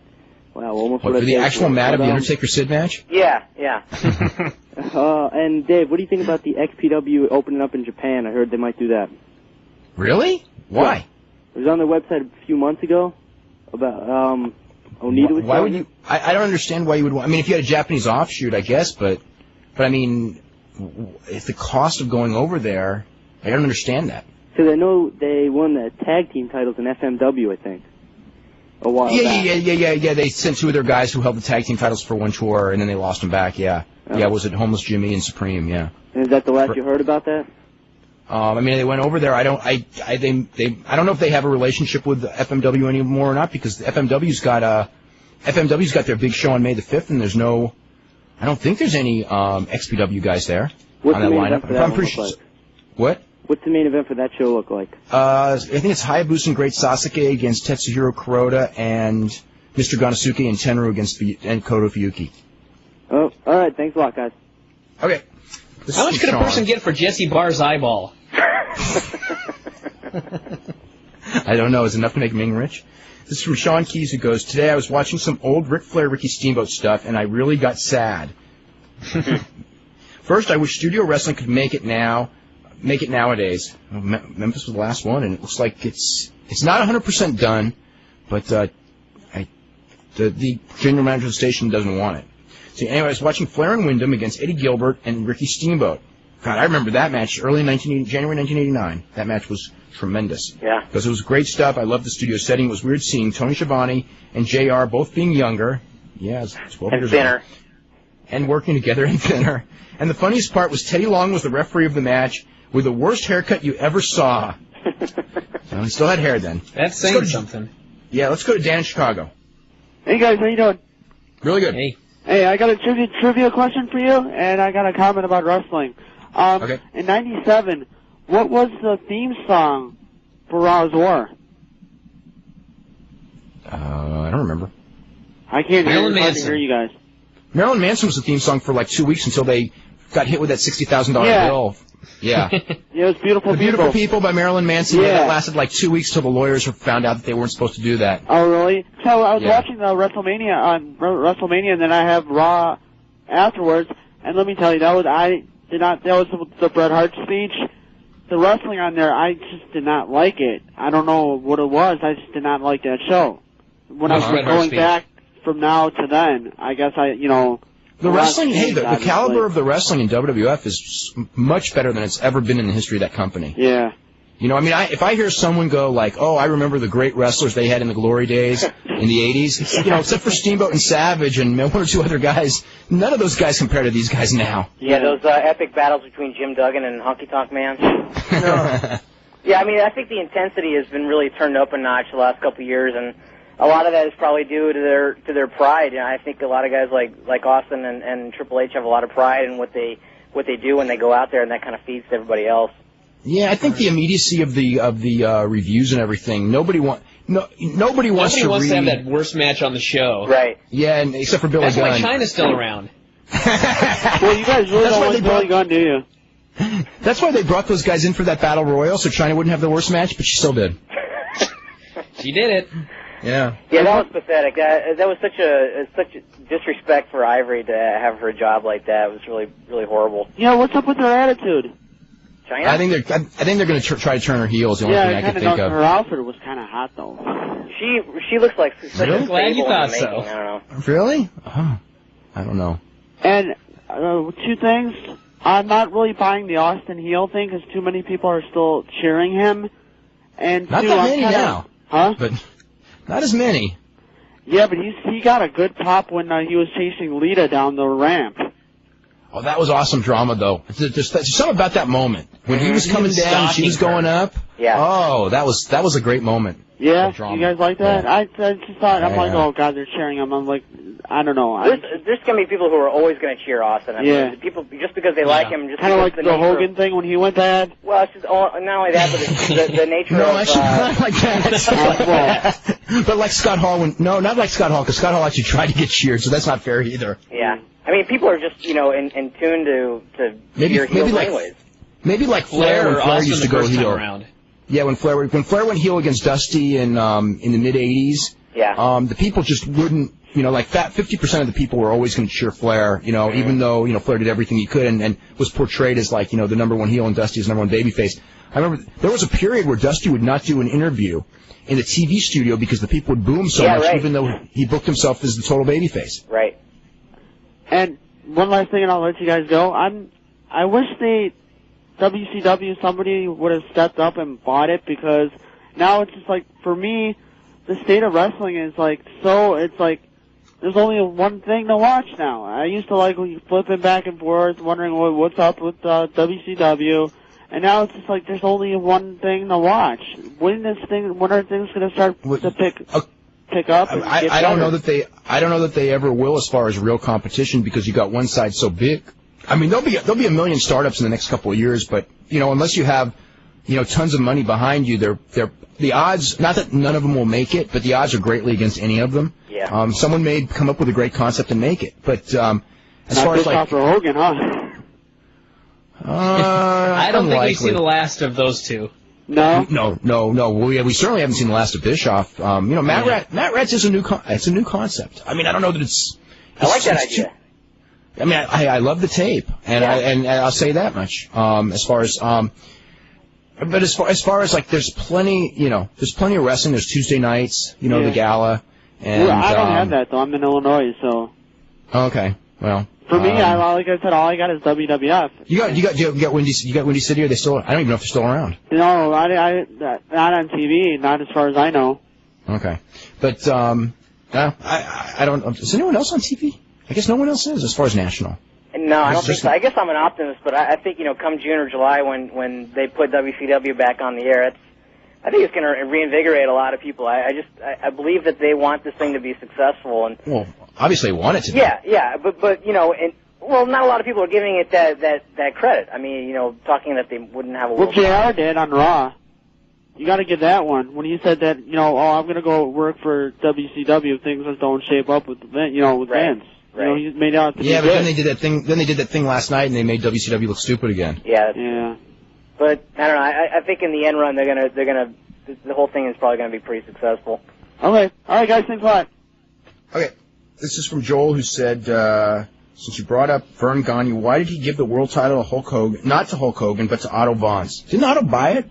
Otto bought it for a few months just for his own publicity, right? Mm-hmm. So, and Hogan didn't buy it. There was political reasons why Hogan never got it, and the main one was... He was supposed to win it one night from Bockwinkel, and there's conflicting stories on why that didn't happen, but, obviously... It was a Japanese deal. Vern had to deal with Baba, and Hogan had to deal with Inoki, and they couldn't settle that. They couldn't settle that problem. Right. Vern was getting paid by Baba for the AWA champion to go over there, and Hogan was getting paid $15,000 a week by New Japan Pro Wrestling, and he wasn't going to switch to Baba, so... Mm-hmm. They were kind of at a stalemate, so that's ultimately what happened. Yeah, people expected Hogan to win that title, and when he didn't, that's probably was the start of the end for Vern. Well, yeah, I a little bit of that, but I mean, they were still strong until the day Hulk left. It was really, you know what I mean? Oh, certainly, yeah. No, I mean they were strong afterwards. I mean, crowds. Yeah, they were strong for several. You're right, they were strong for several. But when Hogan left, they never really.